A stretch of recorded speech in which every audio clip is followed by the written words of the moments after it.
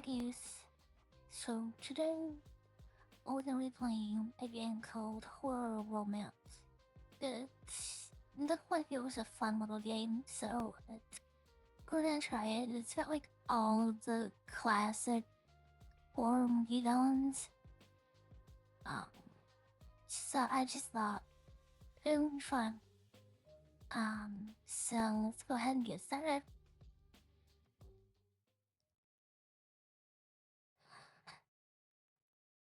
Before we begin, there are some things I should tell you about myself. What is my name?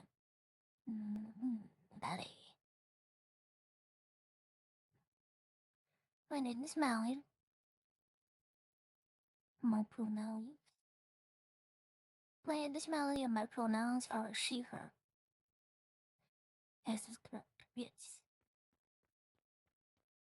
No, get away from me. Come here, you little whore. I said get away from me. Same dream as always. I doubt I'll ever get to sleep without nightmares.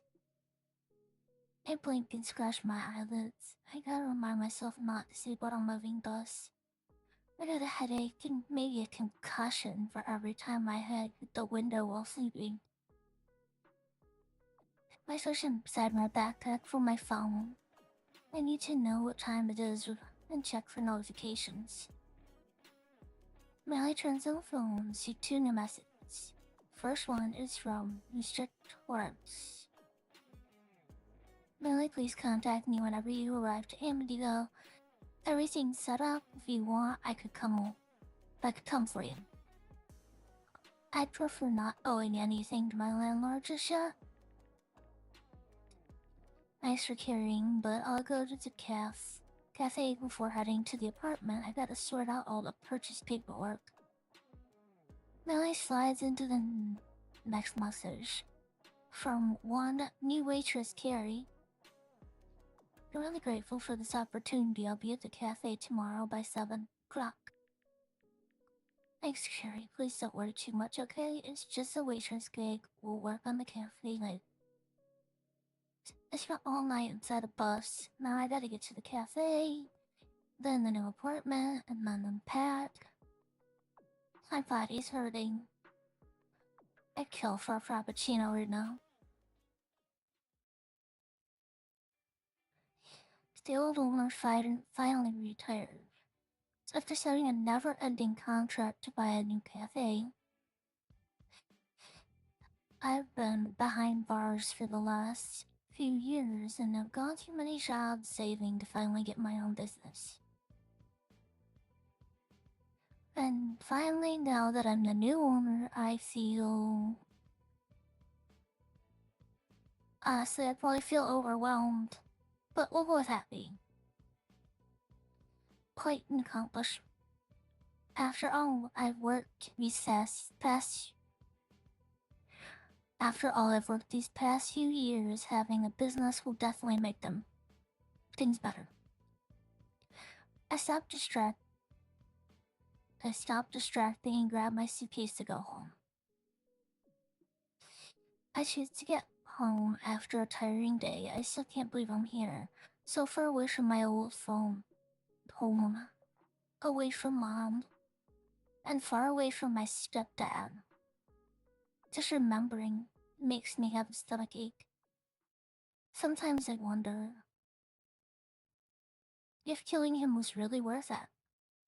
Probably.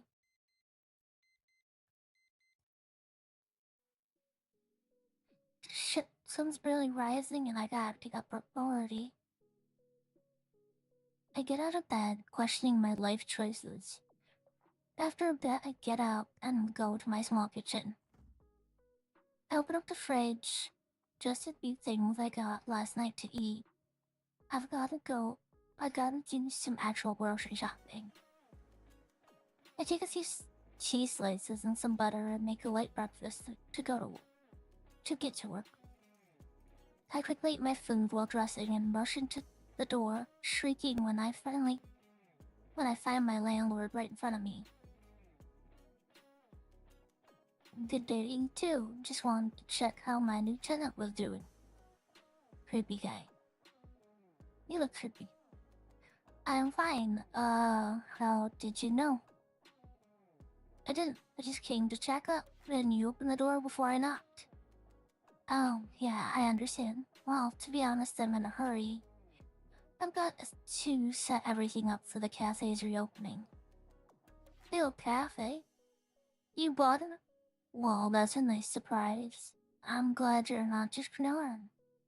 Does it have a new name? Yeah, it's... Oh... I hate naming things. Um...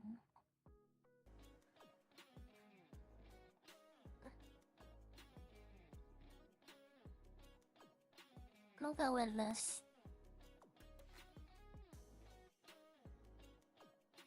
There. Bookworm Cafe. Yes, Bookworm Cafe. That's a nice name. Maybe I'll pass through and take a coffee later. Good luck.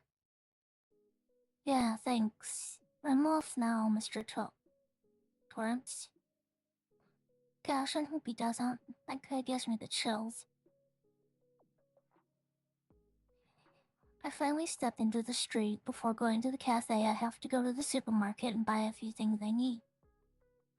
As I step away from the apartment building, I start to feel something odd.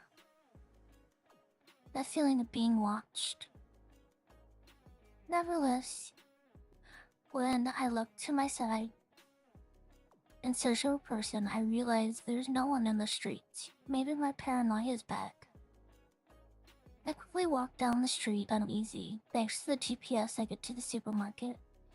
I take everything I need, milk, almond milk, vanilla, cocoa, etc., and treat myself to a chocolate bar. I get out of the market with my shopping items, realizing that the sun is slowly rising above the horizon. Thanks to being distracted, I didn't notice someone in front of me and bump into what feels like a brick wall. When I look up, I see a really big guy, using a weird and worn-out hockey mask. I feel shivers down my spine while seeing him. He doesn't say anything, just stares. After a bit, I realize he's not looking at me, but the chocolate bar on my hand. Oh, I get it. He wants some. I'll share the chocolate with him. I left my bags on the floor. I get up and, with both hate in my hands, I break the chocolate bar in two. Here, sharing won't kill me. The guy tilts his head, looking at the chocolate for a few seconds. He accepts it and proceeds to move his hands in paused and gentle manner. I was surprised when I noticed he's mute, and quickly realized what he's saying in sign language, and then I move my hands to answer, "You're welcome." One of the many things I learned in prison thanks to free time. Now I'm glad I learned it in a way. Finally, I grab my things and leave the big guy behind. I get to the cafe and find someone at the doorstep. For her appearance, I knew it was my new waitress, Carrie. Oh, you must be Mally. I'm sorry I got here too early. Should I come back later, or... Don't worry, actually, it's quite convenient. I have to set everything up and cleaning was gonna take a long time. Could you take care of that? Yeah. Wait. Carrie quickly steps inside as I open the door. I told her where the cleaning tools were while I went behind the bar setting up the groceries. I grind the coffee, put the cream inside the sleeve, and set up the cups in an accessible place. I place all the pastries and desserts on the shelf next to the counter. And when I'm done, I was in front of an impeccable cafe. Carrie even placed the tablecloths on each table. Weird. Did we have any of those? Wow, Carrie, what a quick worker. Thank you. I guess we can open up early. It was nothing. I'm a good cleaner. I'll change. Carrie went behind the bar and put on her apron. Meanwhile, I hang up the open sign. I had already put the advertisement in the newspaper along with a coupon, and I had the advantage of the cafe being right in front of a park. I come back to the bar approaching Carrie. While we wait, I want to explain to her how to use the espresso machine. Have you ever tried one of these? Sorry, I haven't. I've never had something like that. She almost had a heart attack when she had to say no. And she nodded. Easy. You don't have to worry about not knowing. It's okay. Not everyone knows about this. Let me explain. I taught Carrie the basics about coffee, selling with water, putting coffee on the portafilter, and showing her how to level up the coffee. Then I put the portafilter back and finally start the machine. Voila! Just like that. Wow, I thought it'd be harder.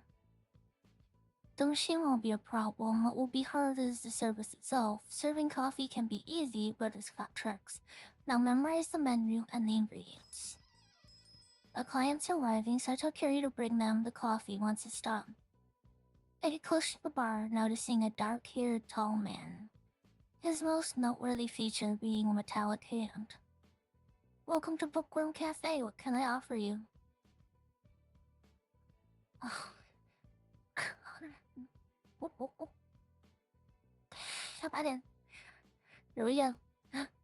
Look at that old shithole reopened. And with a hottie serving too? Last owner looked like he got a stick up his ass. The man laughed. I don't know if I should laugh or raise an eyebrow. I didn't get to know him much. I only do coffee. That's all I'm expecting. Give me an Americano with whiskey. Well, we don't have that in our menu. Come on, you can't have coffee without whiskey. I ain't a pussy. You don't have a good bottle in there?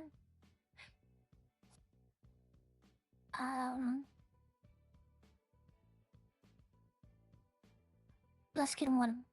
It's gonna be alcoholic. Why not? I stared for a few seconds and sighed. I looked at both sides before gesturing for him to wait. He crazily looks at me while I take care of the Americano. When I'm done, I take the cup and go to the storage room. There, I open a box with my stuff. One of my faves, Jack Daniels. Something on rough days. I drank half the bottle and drowned in tears until passing out. Now I'm just pouring it in a coffee, measuring the quantity so it adds taste without going too far. I walk back to the bar and hand the man his coffee. There you go, a cup of Americano coffee without anything added because we don't have permission to serve alcohol. The man looked at me slightly doubtful before looking at the cup. Finally, he takes it and drinks it, smiling with satisfaction. Perfect. Now I know it would come from my Americano without anything added. Ha ha. He laughs, quite pleased. I guess I'm still a little weak to whims. Either that or the guy just looked like an uncle who just wanted a drink. Probably the latter. Here you go, dollface. Your pay and your tip. He takes my hand and puts something in it besides the pay, closing it. It's for good luck, trust me. I wouldn't want anything to happen to my new favorite barista. This sounds weird and quite dangerous, so watch your back. He pats my hand and walks away with his cup of coffee, humming a tune. I look at the strange man walk away. My eyes redirect themselves to my still closed hand. Doubtful. When I open it, I find the freakiest shit I've seen in years. It was a fucking dried, severed finger. I was unable to tell if it was real or fake. I look at the door, without knowing what the hell all that was about. I hear Carrie approaching me, so I hurry, putting the finger in my pocket and the money on the register. Our first client. How much was it? I noticed some childish happiness coming from her, and I couldn't help but smile. An amazing $1.25. Oh, cheap Americano. Especially with whiskey. She noticed I was kidding and laughed shyly. Good enough to retire, right? So enough realizing the joke's still ongoing. At that exact moment, I noticed an abrupt change in Carrie's attitude when the bells chime once again. Before looking at the door, I look at Carrie's face. At first, she was surprised to see who entered, then her face changed into discomfort. Oh, no, that's her. It's who? I turn around and look at the door to see who it was. I heard Carrie running away into the storage room. I see a blonde young girl dressed in a fancy branded clothing. She's got quite an unseemly face. Her nose was wrinkled almost as she smelled something awful. Ugh, not another stupid town cafe. I beg your pardon? I want a foam-free Trenta latte. 5 decaffeinated shots, pumpkin essence, and no foam. 208 degrees Fahrenheit. I blink, not getting this kid attitude. I immediately realize this is one of those rich entitled girls. Great. My favorite kind of people to talk to. It's dangerous to serve coffee that hot, you could get burnt. I'm sorry, are you deaf? I didn't ask for advice, I asked for coffee. Don't question and do your damn job. I take a deep breath and grit my teeth. Oh, it's my cafe. No waker. Although, she looks like one of those girls that ends up dead.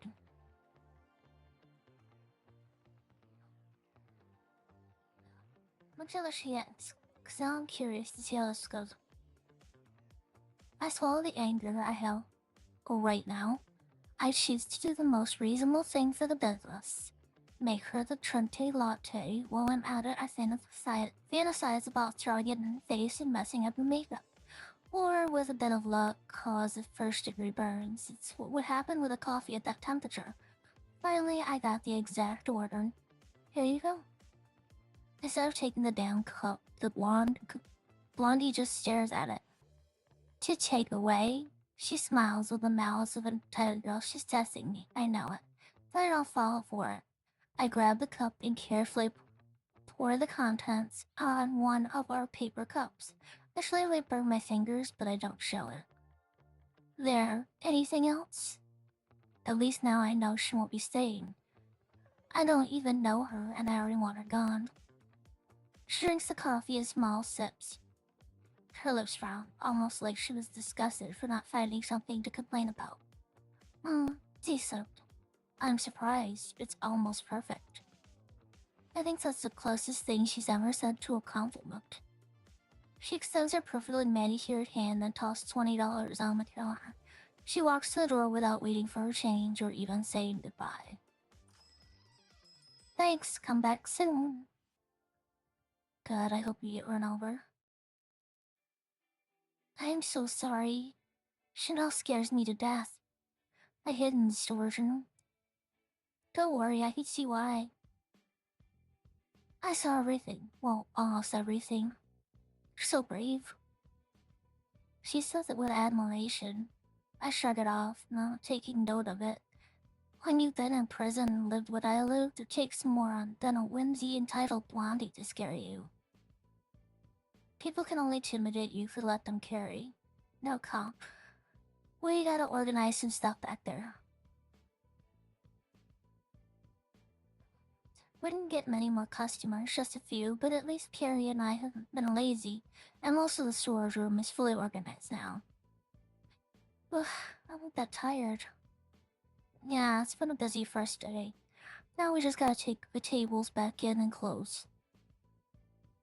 I asked Carrie to please turn off the open sign to close, and she does.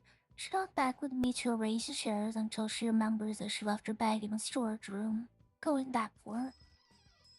When I think the first day is over, I hear the door opening and the bell chime. Someone entered the cafe. That's just my luck. I'm so lucky I got here just in time. Hot caramel macchiato with double vanilla. And don't go too small with the caramel. I raise an eyebrow looking at him. The short, red-headed boy with the scars on his face. This town's sure full of interesting people. He kinda looks like a doll. Or is that just my imagination? Kneeling on the counter is now waiting for me to move. He doesn't seem too embarrassed to arrive at the last second to buy a coffee. Sorry, but we're closed already. You're a bit small to consume caffeine. Oh, my bad. Didn't see the sign. You're gonna serve me anyway, though, right? Client's always right. Yeah, sure. You gotta make some money here. I sigh and go to the bar. It's not that I think the client's always right, but after such a hard day, I don't want any more trouble. Now I get why the last owner was so bitter. Making the caramel macchiato took less than I thought with the boy's indication. It looks like he isn't taking his eyes off me when preparing the drink, like he's making sure it's just how he wants it. I placed the coffee in front of him on the bar. His mouth changed into the biggest grin without looking away from me. His huge blue eyes piercing my soul. At least it seems he's like what he sees, whatever he's saying. There you go. The redhead takes the glass and sips. A few seconds later, he nods, pleased. I feel the sugar kicking in already. Ideal for a long night. He laughs in quite a unique manner, winking at me and handling the exact amount of money. He continues drinking the coffee without moving at all, like he owns the place and time doesn't matter. Excuse me, we're closing, as I would say. Oh yeah, right. I get your hint. Don't be so grumpy and you'll grow wrinkles. It'd be a shame to ruin such a pretty face. Well, he didn't get the paper glass hint. Wait, is Lilith flirting with me? Emma's speechless for a few seconds, which she uses to turn around and walk to the door without any worries. I found my bag. We can go. Why do you seem so tired all of a sudden? I scratched my eyelids. I probably look like shit, which is exactly how I feel at the moment. Forget it. Let's just go. I'm walking back home after closing up the cafe with Carrie. The girl is really sweet, but I think she lacks courage. She reminds me of myself when I was younger. Maybe on the inside, I'm a bit jealous of her innocence. Although I'm distracted, my senses are so keen and I can't stop feeling someone looking at me from the back. Is my paranoia back? No, it's not my imagination. I'm hearing footsteps. I don't want to go home with someone following me. They'll know where I live, and I can only get worse from there. Why is everything happening today? I can't stand it. I'm at my goddamn limit. Although my common sense tells me I should run away, I stop walking and look behind me. As I thought, there's no one there, but after hearing someone walking behind me, I'm certain I'm not alone. I already heard you, so come out of hiding already. Stop fooling around. There was a certain movement from inside the shadows. A tall and slender silhouette gets closer and I tense up. I really want to believe it's just my imagination, but... Wow, I didn't expect you to notice my presence. Most never do if I don't want to, you know? The silhouette gets closer and the light between us, which reveals a man in a dark leather jacket, black pants, and a mask covering his face. Gotta admit, this is the first time it happened. But there's always a first time. Technically, you just took my stalking virginity.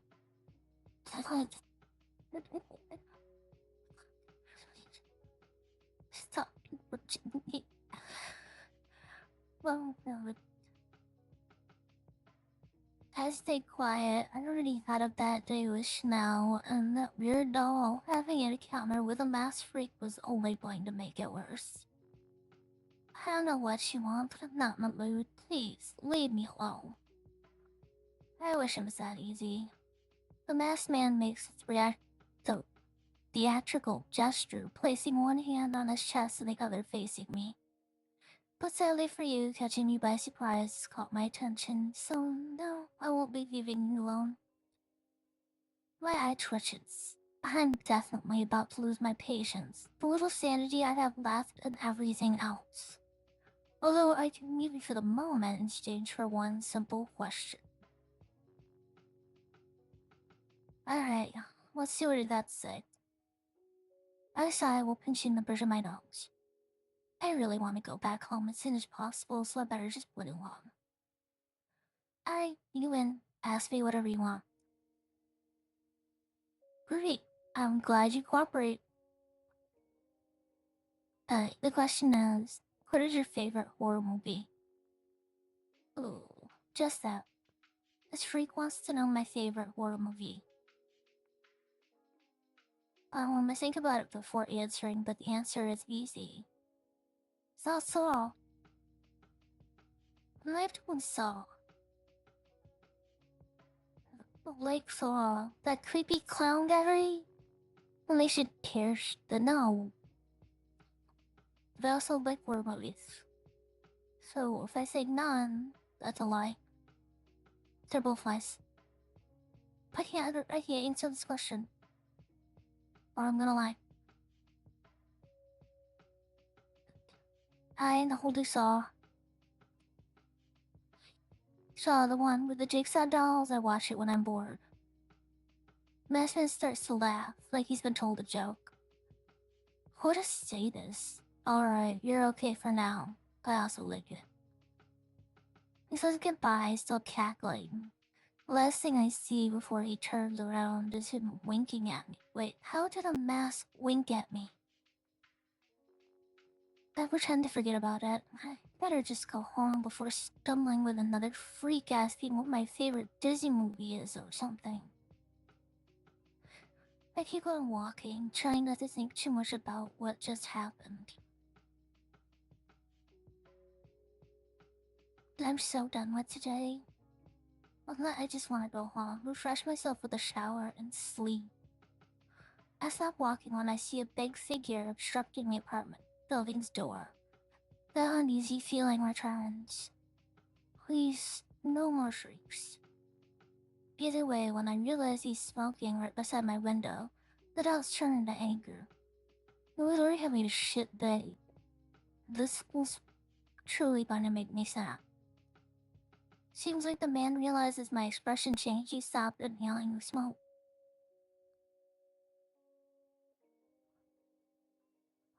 Wow. Did that whole smoke?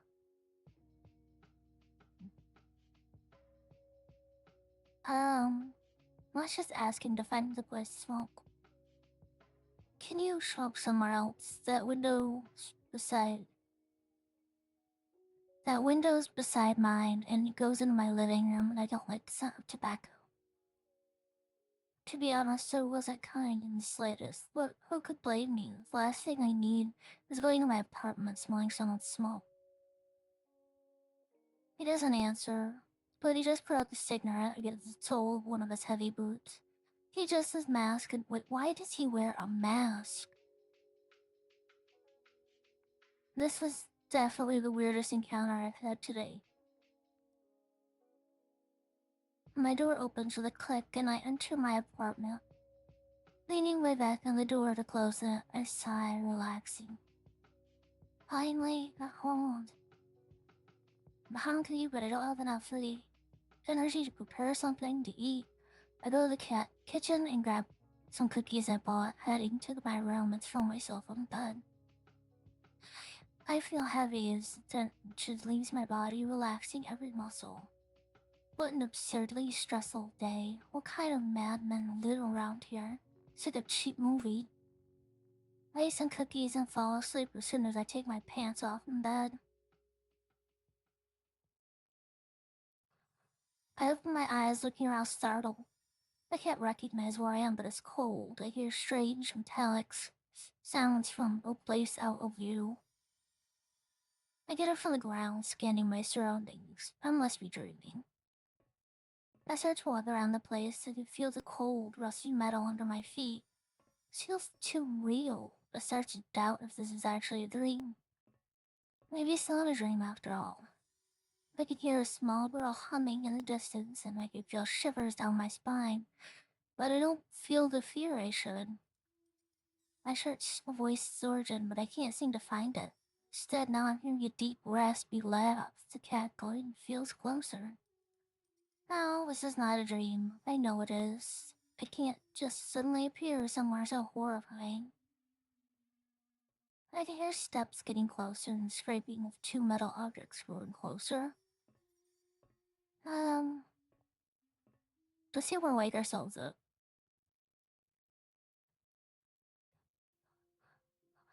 I managed to startle myself, cold sweat running down my face. I look at the ceiling and let out a deep sigh. The girl won't use my mouth as I pinch the bridge of my nose. Not even a fucking night's sleep. I groan again, shifting positions. Only thing left to do is try and sleep again. But instead, my body moves forward and sits up instinctively. I hear a laugh, same as my dreams. A horrified man is standing in front of my bed. This scorched face looks at me, grinning. He plays with his glove with long, sharp blades at the end of each finger, all colliding with each other. You're right, let's take a nap, shall we? Last thing I see is the shiny steel of his glove daggers forming a perfect arch in the air before piercing my chest. Oh, guess I shouldn't have woke up.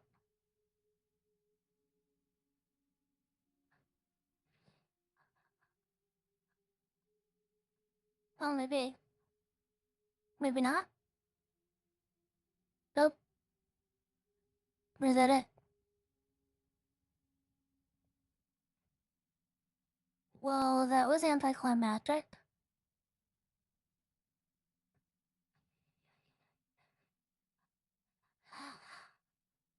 So Freddy got us. We didn't even get to date anybody. Well, I'm disappointed. To be fair, this is a demo. This is just chapter 1, so possibly chapter 2 will be out later and we can try again. Um, so I'll keep an eye out for that and maybe play it again at some other point. Um, yeah, but that was kind of fun.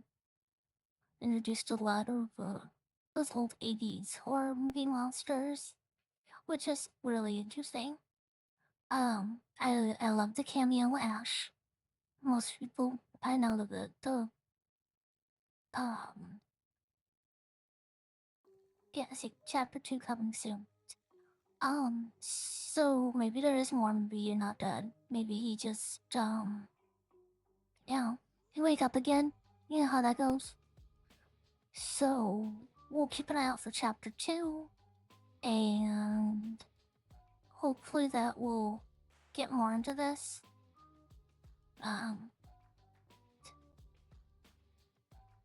And just for the record, we're definitely not dating Chucky. Oh, sorry. That's not happening. Not dating Living Doll. Also, he's too short. I'm sorry. So, he need tall guy. Sorry, just preference. Anyway, so that was horror romance. And I hope you enjoyed it. See you on the next one. Goodbye.